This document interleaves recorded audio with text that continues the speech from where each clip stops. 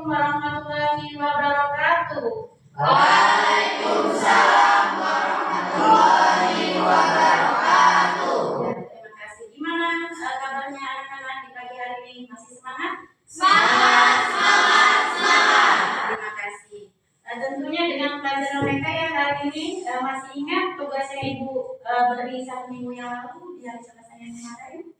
Tugas kita hari ini adalah bimbingan konseling klasikal, di mana judul kita hari ini adalah tentang pengertian bimbingan dan konseling.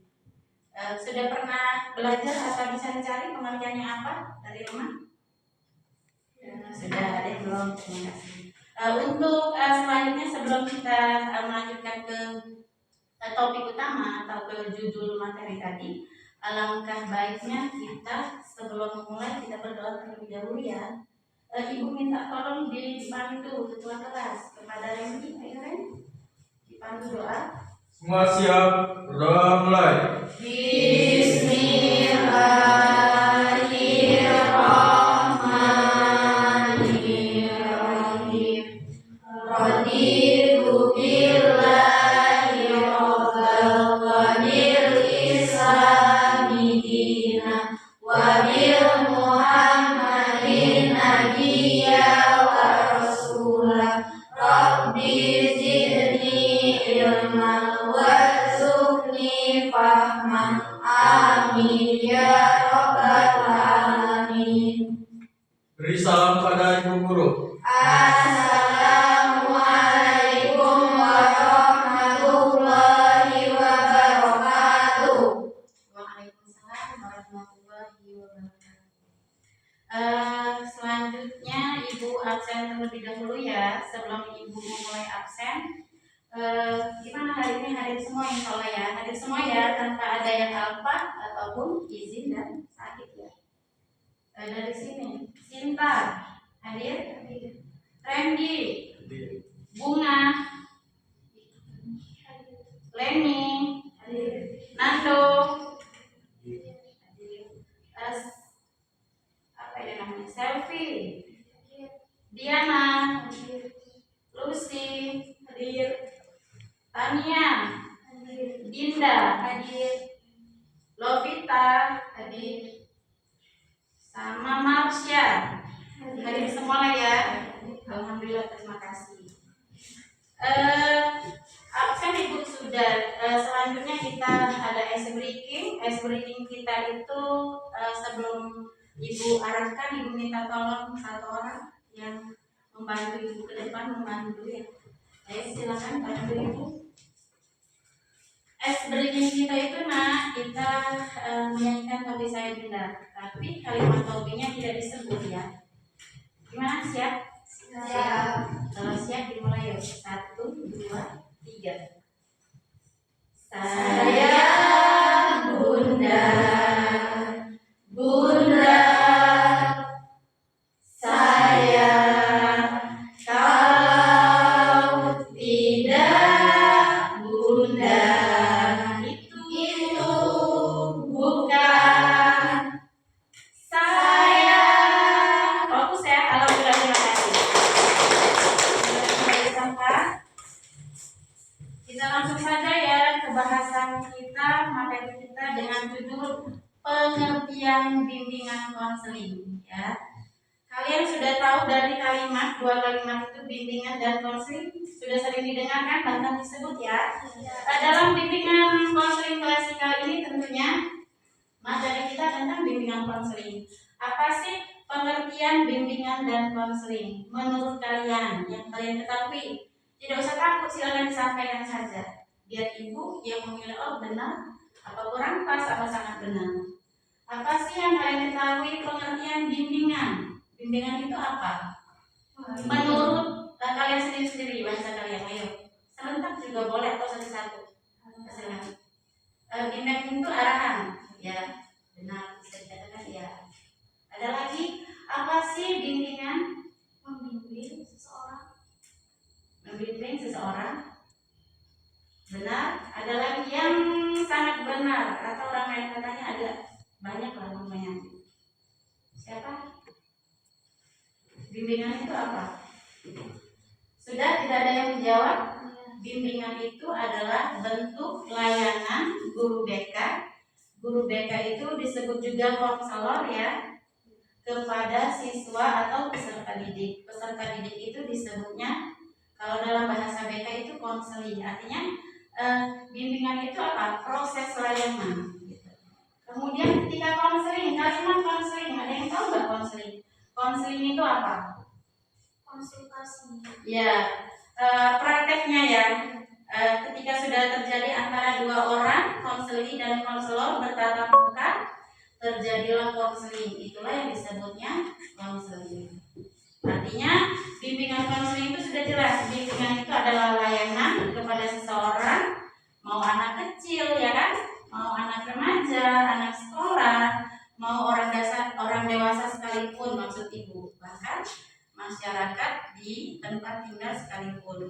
Jika percaya kepada konselor, boleh berbagi cerita, intinya lebih ke suatu problem atau permasalahan. Tujuannya apa? Tujuannya untuk penyelesaian suatu masalah agar apa? Ketemu titiknya gitu. Titik permasalahan dia di mana sampai ke penyelesaiannya.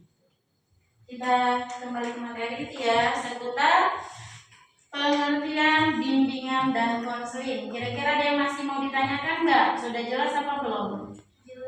Jelas. Terima kasih. Kita ke materi selanjutnya ya. Sebenarnya pengertian bimbingan dan konseling itu banyak selain yang ibu sampaikan menurut Profesor kayak Profesor Tohirin, Mulyadi dan sebagainya. Tapi kesimpulannya sama. Intinya adalah bentuk layanan, ya. Bentuk layanan. Kenapa adanya layanan? Karena biasanya ada suatu permasalahan atau disebutnya problem. Kenapa terjadi? Karena ingin menyelesaikan suatu masalah tersebut. Kemudian dalam bimbingan konseling itu tentunya ada tujuan. Silahkan ya dipahami atau diamati tujuan bimbingan dan konseling itu apa.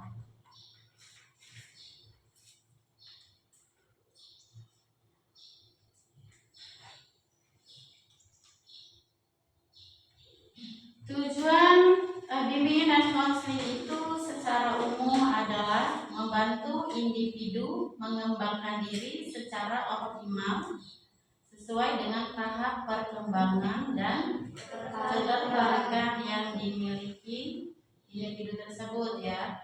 Latar belakangnya kenapa? Yaitu tadi ada suatu masalah atau problem pada si individu tersebut ya. Kemudian bimbingan konseling itu adalah salah satu hal yang sangat penting di sebuah sekolahan. Contohnya kita di SMA Negeri 1 Air Naningang ini ya.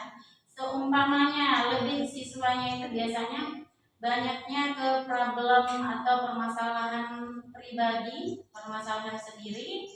Baik itu biasanya terjadinya di sekolah ya, yang pernah kalian dengar, mungkin juga kalian itu mengalami sendiri. Ibu percaya, ibu yakin setiap seseorang itu pasti mengalami atau pasti ada problem sendiri-sendiri. Cuman kenapa saya tunggu di ruang BK? Kenapa hanya 1, 2 atau 3 orang saja yang berani mengeluarkan berani menemui guru BK untuk berbagi cerita.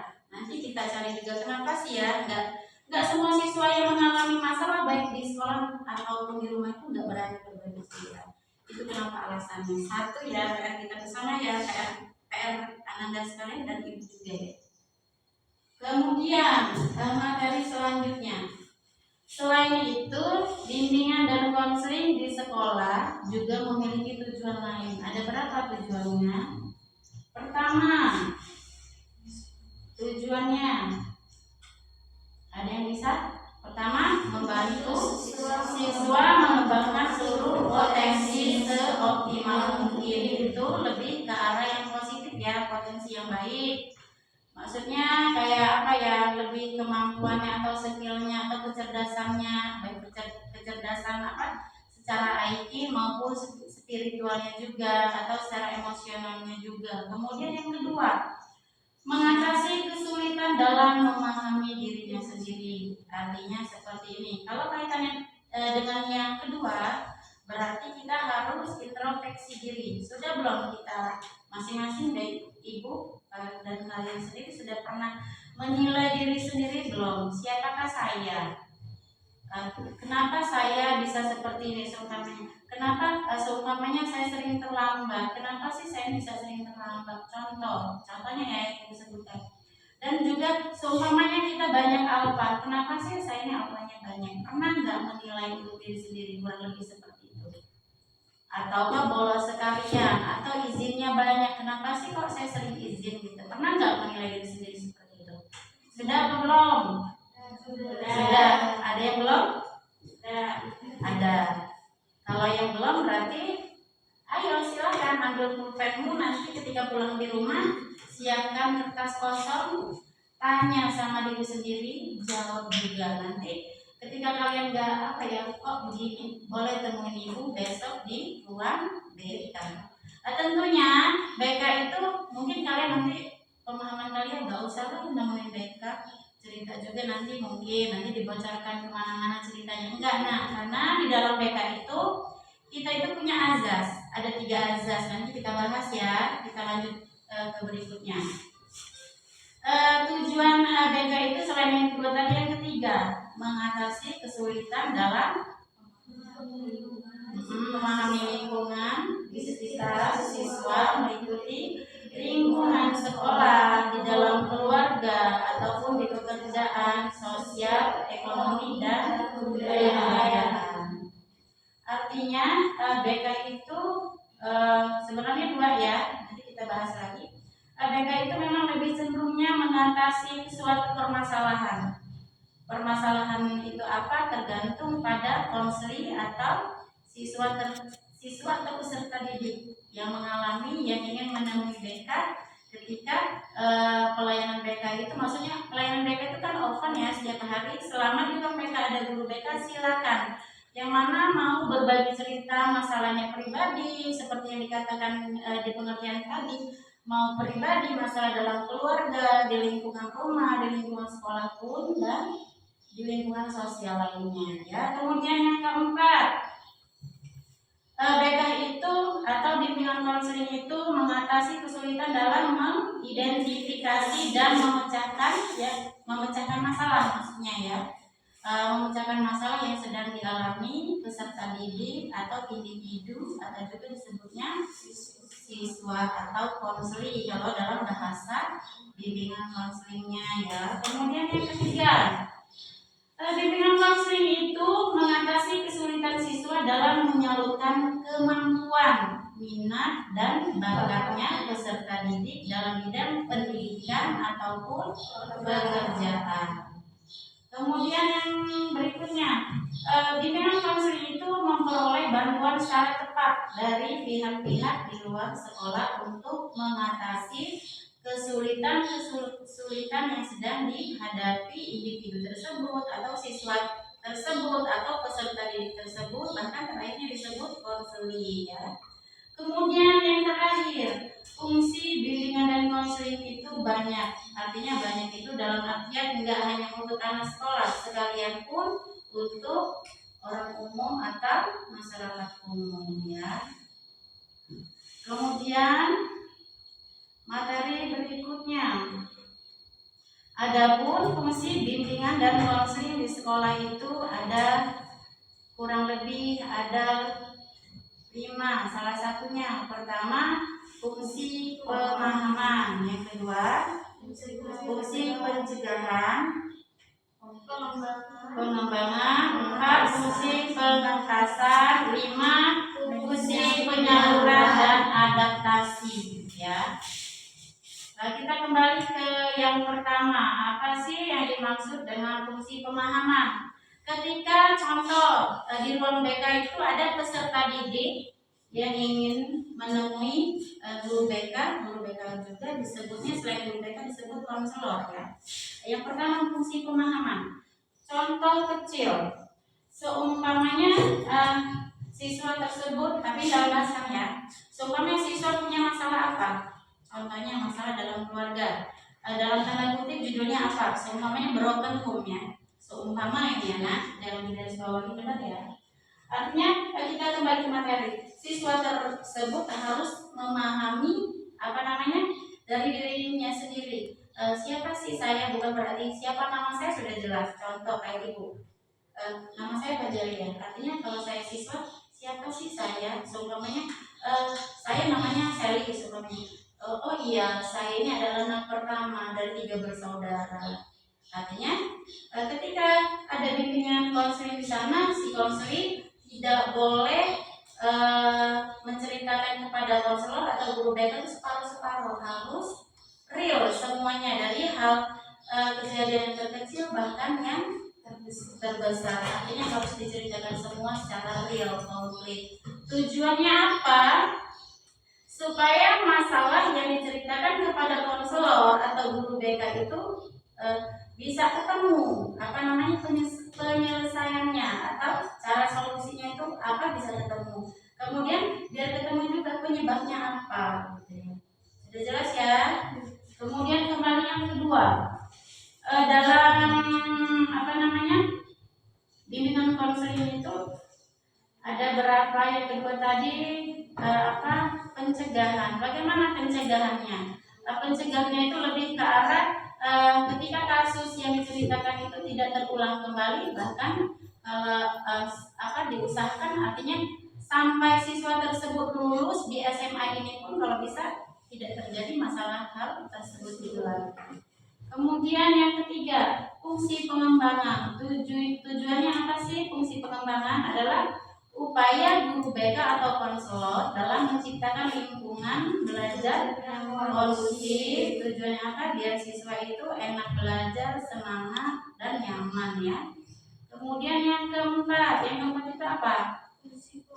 Fungsi pengentasan. Fungsi pengentasan itu berkaitan erat dengan pemberian bantuan kepada siswa yang sudah mengalami masalah. Maksud ibu, siswa tersebut ketika sudah menceritakan semua, ya ayo dirangkul, benar-benar dibantu sampai ke penyelesaian masalah yang diceritakan oleh konseli atau peserta didik tersebut atau siswa tersebut.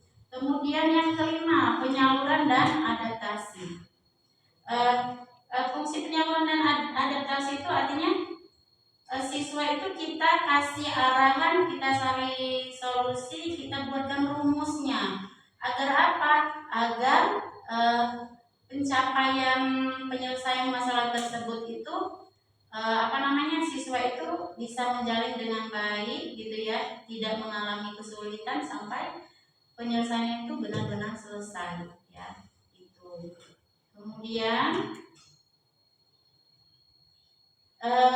dalam bimbingan konseling itu ketika konseli atau peserta didik melakukan bimbingan atau layanan itu biasanya ada 3 azas anak-anak. Pertama itu azas kesukarelaan. Dalam azas kesukarelaan itu artinya seperti ini. Ketika peserta didik atau konseli tersebut sudah real siap melakukan layanan bimbingan individu ya, karena hanya ada guru BK dan siswa atau konseling. Jadi harus ada azas kesukarelaan antara dari peserta didik itu kepada guru BK. Sukarela artinya apa? Tanpa ada paksaan dari manapun. Artinya niat peserta didik itu menemui guru BK itu karena kemauan sendiri, enggak dorongan dari teman atau orang tua. Bahkan kalau zaman sekarang best friend ya, sekalipun atau boyfriend, kalau itu konselingnya perempuan, kalau konselingnya cowok mungkin dari girlfriendnya itu enggak ada dorongan dari mana-mana pun, real dari sini sendiri. Karena merasanya apa? Pengen mencari penyelesaian, ingin berbagi cerita. Kurang lebih seperti itu. Kemudian yang kedua, azas dalam BK itu ketika melakukan bimbingan konseling individu. Ada yang kedua itu apa kira-kira? Kerahasiaan. Kerahasiaan itu yaitu dalam BK itu guru BK itu wajib menahan cerita yang sudah didengar, bahkan dicarikan solusi itu wajib ditahan, tidak diumbar kemana-mana, terkecuali siapa yang tahu. Seumpamanya konseling itu permasalahannya di lingkungan sekolah, pasti bakal ada yang tahu. Yang harus real tahu itu siapa? Karena guru BK tahu itu biasanya dapat cerita atau koordinasi dari siapa? guru BK itu berkoordinasi dengan wali kelas ya. Wali kelas itu berkoordinasinya dengan siapa? Wali kelas itu berkoordinasinya dengan perangkat kelas. Perangkat kelas itu lebih ke siapa kira-kira menurut kalian? Lebih ke yang pegang absen itu kira-kira siapa? Sekretaris. Jadi wali kelas itu ya ada kerjasama ya, koordinasi itu saling memberitahu informasi itu dengan perangkat kelas, yaitu sekretaris. Sekretaris pun itu nggak hanya dengan wali kelas kerjasamanya, berkoordinasinya dengan guru mapel juga, guru mata pelajaran. Artinya banyak ya, dari sekretaris guru mata pelajaran bahkan kadang kebanyakan wali kelas itu lebih cepat mendapat informasi itu dari guru mata pelajaran, karena sehari itu kita belajar bisa 2 sampai 3 mata pelajaran ya. Seumpamanya nih hari ini kita itu belajarnya 10 jam gitu ya seumpamanya. Terkadang siswa itu belajar itu ada yang berangkat pagi banget ya. Pelajaran jam pertama sampai jam keempat itu ada contoh tadinya. Kemudian nanti dilihat di absen harian yang di atas meja kita itu, pas dilihat nanti seumpamanya jam ke 5, 6, 7, 8 nggak ada. Berarti bisa dikatakan bolos. Itu yang mengalami itu siapa? Guru mata pelajaran tentunya. Karena itu yang lebih cepat memberitahu wali kelas itu biasanya guru mapel. Kalau sudah berkali-kali guru mapel itu membimbing siswa tersebut yang melakukan pelanggaran itu tidak hadir di dalam kelas atau bolos di jam-jam pelajaran tertentu. Ya. Biasanya siswa tersebut diarahkan, dipanggil, dibimbing pribadi. Biasanya yaitu tujuannya apa? Nah kalau bisa ibu lihat nilai kerjasamanya. Hari ini kamu bolos ya, gitu. Hari kemarin gitu. Bolosnya berapa jam? Ibu minta tolong ibu lihat nih dalam 1 minggu ini. Diusahakan kalau bisa seumpamanya gini, jangan sampai lagi ya. Kalau terulang lagi minggu depan, ibu gak kasih toleran nih. Kamu kasih panggilan orang tua, misalnya panggilan orang tua. Gimana di kelas ini? Kira-kira ada yang mengalami itu enggak? Mudah-mudahan enggak sih ya. Kalau ibu lihat dari kehadiran kayaknya enggak ada. Alhamdulillah rajin semua. Ya. Itu mengenai tentang azas kerahasiaan sampai ke isi-isinya. Kemudian yang ketiga adalah azas kemandirian. Artinya azas kemandirian itu siswa itu apa ya? Belajar dewasa kalau kata ibu. Artinya ketika mengalami permasalahan, ayo belajar masalah, belajar dewasa maksud ibu. Artinya, ayo kuatkan diri saya gitu. Saya hari ini sudah mengalami cerita seperti ini. Saya harus kuat. Jika saya sebagai yang mendapat masalah tidak mendapat motivasi dari teman, seumpamanya kalau masalah itu dalam keluarga, tentunya mungkin kalau dalam keluarganya atau motivasi dari keluarganya sangat sedikit. Siapa sih yang bisa membuat kita semangat? Yaitu diri kita sendiri. Tujuannya apa? Agar kita menjadi peserta didik atau anak sekolah yang baik tanpa ada kalimat di belakang ya. Itu azas kemandirian. Kemudian azas yang terakhir itu azas keterbukaan. Azas keterbukaan itu jelas. Kita berani menemui konselor, kita berani menemui guru BK itu, yaitu semuanya nggak boleh ada yang dibatasi sedikit pun. Ketika kita atau konseling atau siswa yang bermasalah tidak ada azas keterbukaan, biasanya nggak akan ketemu penyelesaiannya. Penyelesaian itu nggak akan maksimal. Itu kalau menurut dari ibu, pemahaman ibu yang selama ini ibu alami ketika mendapati siswa ya, seumpamanya siswa itu mengatakan ini bu, saya sering terlambat. Alasannya begini, karena di rumah itu jualan makanan kayak uduk dan sebagainya namanya. Tapi nggak diceritakan semua penyebabnya dari waktu saya dari bangun tidur sampai si siswa tersebut ikut membantu gitu mengerjakan jualannya tadi. Artinya nggak maksimal bantuan dari kami tadi pihak BK sampai ke siswanya praktek, yaitu bakal tetap lagi minggu besok, hari-hari berikutnya tetap sering ada terlambatnya. Artinya harus semua real diceritakan kayak bundaran ya, harus bundar. ketemu solusinya atau penyelesaiannya. Itu mengenai azas yang ada di dalam BK. Jadi seputar pengertian bimbingan dan konseling itu mulai dari pengertian, dari isinya, dari azasnya, tujuannya sudah Ibu sampaikan. Kira-kira dari kalian ada yang belum jelas boleh ditanyakan. Insya Allah nanti Ibu bisa jawab. Saya mau nanya. Sebentar, Ibu menyampaikan lagi nih. Dalam bimbingan konseling umumnya, benar nggak dimulai bertanya ya? Pemahaman siswa bisa jadi pemahaman siswa itu bisa jadi 80%, bahkan ke anggota sekolah pun iya. Banyak yang mengatakan kalau guru BK itu adalah polisi sekolah, ya, termasuk kalian. Berarti ya mengatakan seperti itu, ditahan. Itu adalah soal untuk Ibu kepada kalian. Mohon disiapkan buku atau kertas lembar. Ibu ada LKPD untuk kalian, artinya adalah lembar kerja untuk peserta didik atau siswa. Ibu minta kalian jawab. Ibu itu ada 4 soal ya, silakan disiapkan. Ibu nanti kasih waktu kalian menjawab kurang lebih 10 menit, cukup nggak kira-kira? Cukup ya, 10 menit.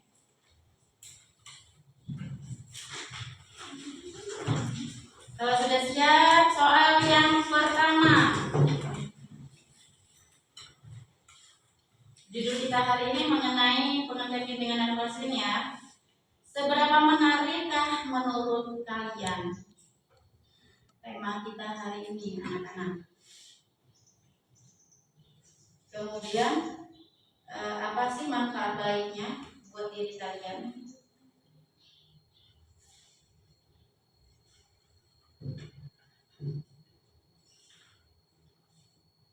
Kemudian soal yang kedua,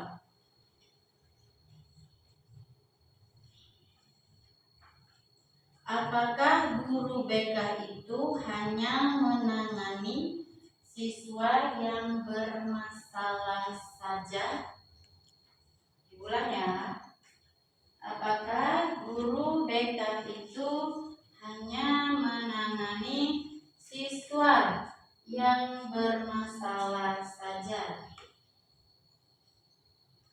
Yang ketiga, soal ketiga,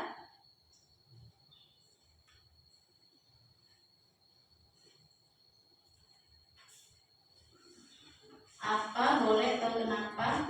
Apa sih kira-kira alasan orang umum itu menyebut BK itu polisi sekolah?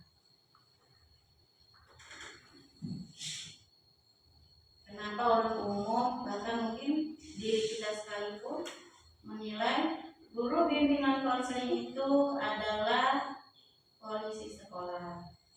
Soal yang terakhir, yang keempat, bagaimana peran kalian agar atau supaya guru BK itu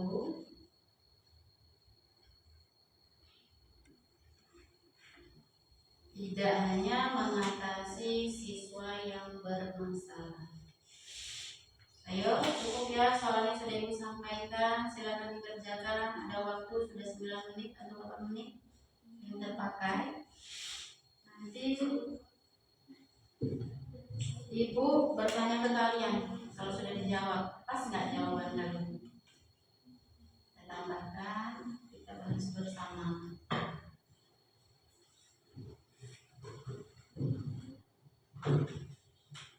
Ayo, silakan kerjakan.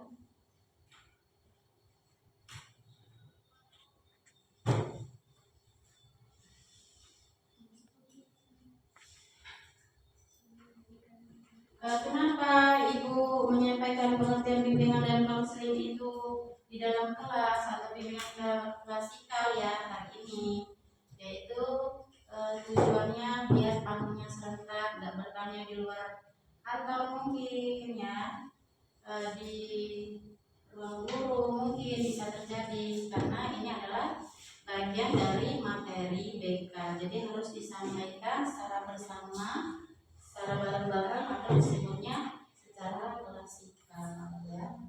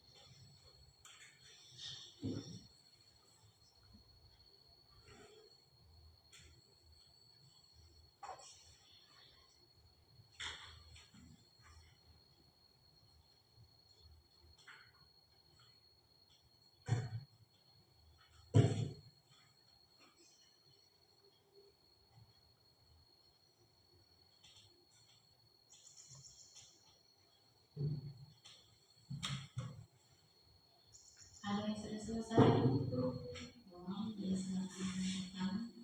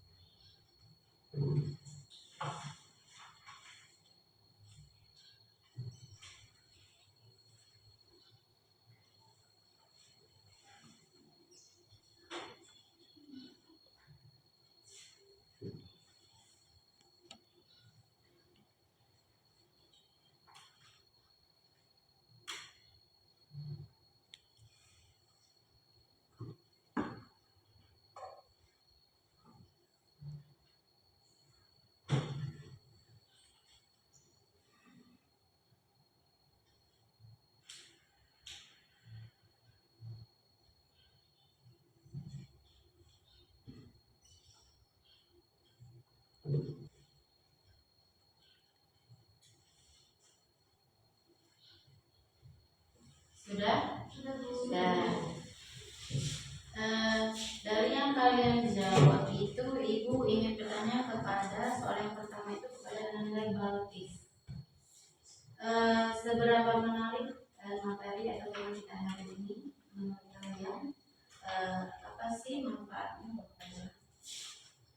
banget sih Bu, soalnya kita jadi lebih tahu lebih luas apa itu manfaat bimbingan konseling di sekolah, bukan hanya tentang menertibkan dan mengamankan saja, ternyata bisa lebih luas, kita bisa bercerita dan konseling secara pribadi. Ya, jadi maksudnya nanti berkonsultasi juga ya, bukan hanya artinya jangan digarisbawahi, biasanya lebih dikenal kalau BK itu hanya penyelesaian masalah, itu bukan ya, hanya bagian dari isi atau BK itu sendiri. Nah, jawaban dari Hanum sangat lengkap atau komplit. Kemudian soal yang kedua, Balkis menurut Ibu. Soal kedua itu Ibu bertanya kepada Bang Hanum, maksudnya apa guru BK itu hanya menangani siswa yang bermasalah di suatu sekolah atau di sekolah? Tidak, guru kita juga menerima cerita keluh kesah dari siswa. Ya, gitu. Lebih lengkapnya gini, jawabannya yang kedua itu guru BK itu tidak hanya menangani siswa yang bermasalah, bahkan sebaliknya siswa yang berprestasi di segi apapun itu harus juga diperhatikan. Cuma cenderungnya yang kelihatan dari luar itu hanya siswa yang bermasalah yang ditangani, padahal tidak. Kalau siswa yang berprestasi itu hanya apa ya bahasanya, di balik layar ditanganinya, enggak apa, enggak di depan mata, enggak, maksudnya enggak apa ya, enggak kelihatan banget ya, maksudnya itu lebih di balik layar. Kemudian soal ketiga, Ibu bertanya kepada Bunga, kenapa alasannya guru BK itu sering bahkan udah dijudge sebagai kayak polisi sekolah, itu kenapa? Karena terlihat dalam menangani peserta didik yang memiliki permasalahan seperti atribut penguasaan sekolah yang tidak lengkap, dengan panjang, sepatu yang tidak sesuai dengan ya, artinya dia melakukan pelanggaran ya. Sebenarnya untuk menghilangkan itu dengan kerjasama semua. Kenapa guru BK itu disebut polisi sekolah? Biasanya identiknya dengan galak, ya, dengan galak, kasar, gitu kan, marah sebenarnya enggak. Bahkan siswa yang melakukan pelanggaran itu tidak boleh dimarah sebenarnya, walaupun kalimat marah penyampaiannya harus apa ya, lembut sampai tujuannya apa, supaya siswa tersebut ya tidak mengulangi pelanggaran itu. Kemudian yang keempat, Ibu pengen bertanya kepada Dinda, bagaimana peran kita atau peran kalian menghilangkan bahwa guru BK itu hanya menyelesaikan masalah aja? kami siap. Hah? Menurut kita gimana? Soalnya gimana? Soalnya bagaimana peran kalian untuk menghilangkan bahwa BK itu hanya menyelesaikan masalah aja? Padahal kan dua tugasnya, bahkan siswa yang berprestasi tadi juga harus diperhatikan. Bagaimana solusi caranya? Caranya Harus lebih meningkatkan kerjasama ya antara siswa, guru mapel, guru wali kelas sama BK. Ini harus kerja tim, intinya seperti itu. Terima kasih sudah terjawab semua dari kalian. Ibu yang menambahkan sedikit, artinya kalian itu semuanya paham. Ada yang mau ditanyakan enggak kira-kira? Materi kita ini sudah sampai semua. Ada yang mau ditanyakan enggak? Kalau tidak, Ibu dari kesimpulannya bimbingan konseling itu adalah sebuah layanan kepada konseli atau peserta didik ya yang melakukan atau pelanggaran ya, melakukan pelanggaran. Bahkan tujuannya apa? Tujuannya untuk penyelesaian masalah. Kemudian dalam layanan bimbingan individual itu ada azas, 3 tadi, ada sukarela, ada keterbukaan, ada kerahasiaan. Itu harus dilaksanakan ya. Semuanya paham berarti ya tentang dengan pengertian, tujuannya, macamnya, bahkan bentuk layanannya. Terima kasih. Materi hari ini sudah disampaikan semua. Menurut Ibu ada yang tidak puas boleh disampaikan atau ditanyakan.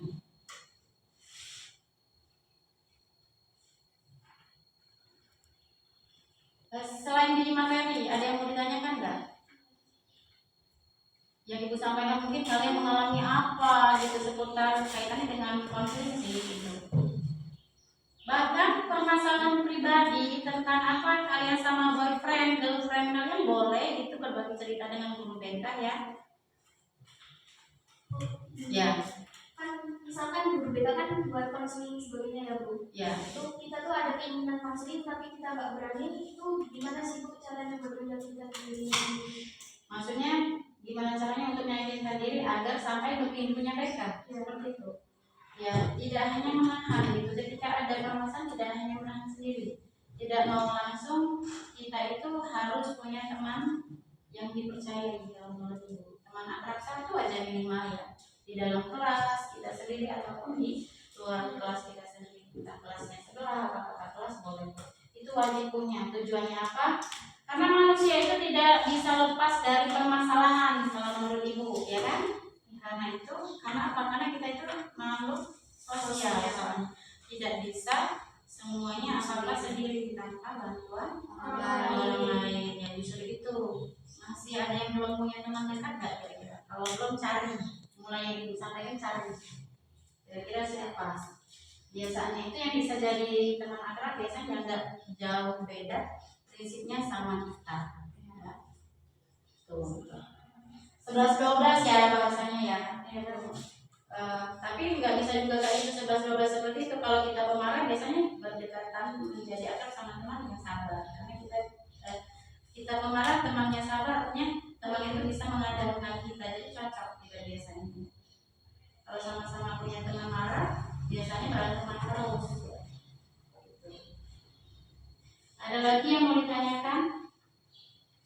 Dari memulai materi tadi kita kan salam ya, salam, ada ice breaking, ada pengabsenan. Jadi selesainya materi juga ibu akhiri. Sebelum ibu akhiri, terima kasih pertemuan hari ini gitu ya, saya sangat puas. Mudah-mudahan ada itu bahasanya yang masuk, yang kalian terima apa yang disampaikan tadi. Ibu harap kalian ambil intisarinya ya. Yang pas menurut kalian oke, ayo diingat, bila perlu apa ya biasanya dipraktekkan, dilaksanakan. Yang pas ya sudah dilupakan. Terima kasih pertemuan hari ini, Bu, sangat puas. Sampai jumpa di pertemuan yang akan datang, di Selasa akan datang dengan materi tentunya. Ada materi lagi. Materi tolong dicatat, silakan. Judul untuk Selasa depan. Bagaimana cara mengatasi kesulitan belajar di dalam kelas. Diulang, bagaimana untuk materi minggu depan cara mengatasi kesulitan belajar di dalam kelas. Dan ada dannya. Dan bagaimana biar selalu semangat di dalam kelas. Tanya dua berarti ya. Agar selalu semangat lah di dalam kelas. Kayak dari paginya semangat sampai jam malam tetap semangat.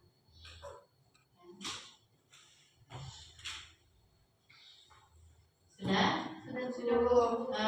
Kita tutup. Sebelum tutup berdoa lagi ya. Berdoa untuk berdoa dulu. Silakan dipimpin kembali ketua kelas. Semua siap, doa mulai.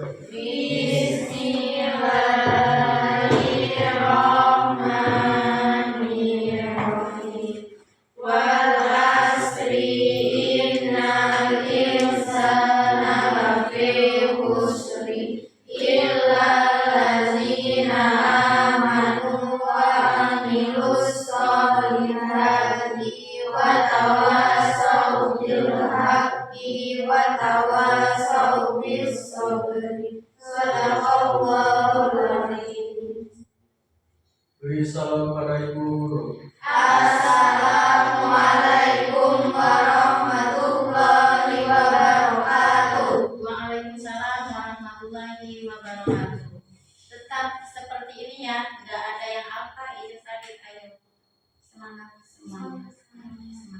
Selesai kita pertemuan.